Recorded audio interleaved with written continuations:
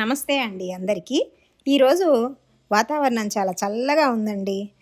సరే సాయంకాలము ఏమన్నా స్నాక్స్ చేద్దామని చెప్పేసి చూస్తున్నాను. అంతలోపల ఇగోండి ఇలా మొక్కజొన్న కండలు కనపడ్డాయి. వీటిని ఎలా ఉడికిచ్చాలో చూపిస్తాను చూడండి ఒకసారి. నేనిక్కడ 2 మొక్కజొన్న కండీలు తీసుకున్నాను. వీటిని ఇట్లా 4 ముక్కలుగా కట్ చేశాననమాట. ఈ 4 ముక్కల్ని ముందు శుభ్రంగా 4, 4, 2, 4, 8 ముక్కలయినాయి. చక్కగా వీటిని శుభ్రంగా ఒకసారి కడుక్కోవాలి. ఇలా కడుక్కున్నటువంటి ముక్కల్ని పక్కన పెట్టేసుకొని స్టవ్ ఆన్ చేసుకొని ఒక పెద్ద బౌల్, కొంచెం వెడల్పుగుండే బౌల్గా పెట్టేసుకున్నామంటే ఆ గిన్నెలోకి కొంచెం నీళ్ళు ఎక్కువగా తీసుకోవాలండి. నీళ్ళు ఎక్కువగా తీసుకొనేసి కొద్దిగా ఉప్పు వేసుకొని ఈ కట్ చేసుకున్నటువంటి మొక్కజొన్న ముక్కలు ఉన్నాయి కదా, వీటిని అందులో వేసేసుకున్నామంటే ఇంతేనండి, సింపుల్గా ఉడికిపోతాయి అన్నమాట. మనకి ఈవినింగ్ టైంలో మంచి స్నాక్స్ రెడీ అయిపోతాయి. వీటిని స్టవ్ కొంచెం హై ఫ్లేమ్లోనే పెట్టుకొని ఉడికిచ్చేసేసుకోవాలి. ఒక్క 15 నిమిషాలు చాలండి, చక్కగా ఉడికిపోతాయి. మనం అటు ఇటు దాన్ని స్టవ్ ఆన్ చేసి పెట్టేసి అటు ఇటు తిరిగి ఏదన్నా పనిలో చూసుకునే లోపల ఇవి చక్కగా ఉడికిపోతాయి అన్నమాట.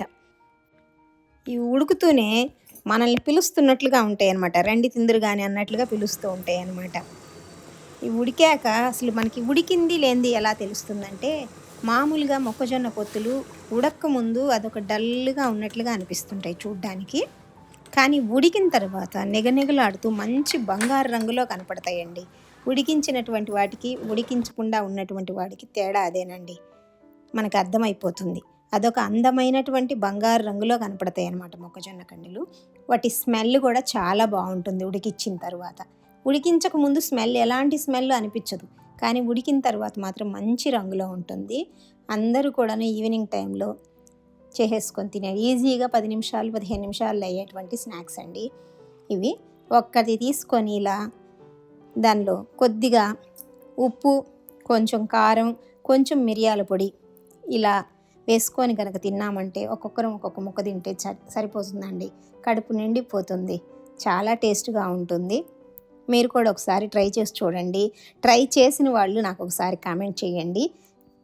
ఉడికించిన వాళ్ళు ఒకసారి ఈ విధంగా ఉడికించుకొని తినండి. వీటిని కుక్కర్లో కూడా పెట్టి ఉడికించుకోవచ్చు, కానీ గిన్నెలో పెట్టి ఉడికించుకుంటే ఇంకా మంచి రుచిగా ఉంటుందండి. అందుకని నేను ఈ విధంగా చేశాను. నచ్చితే కామెంట్ చేయండి.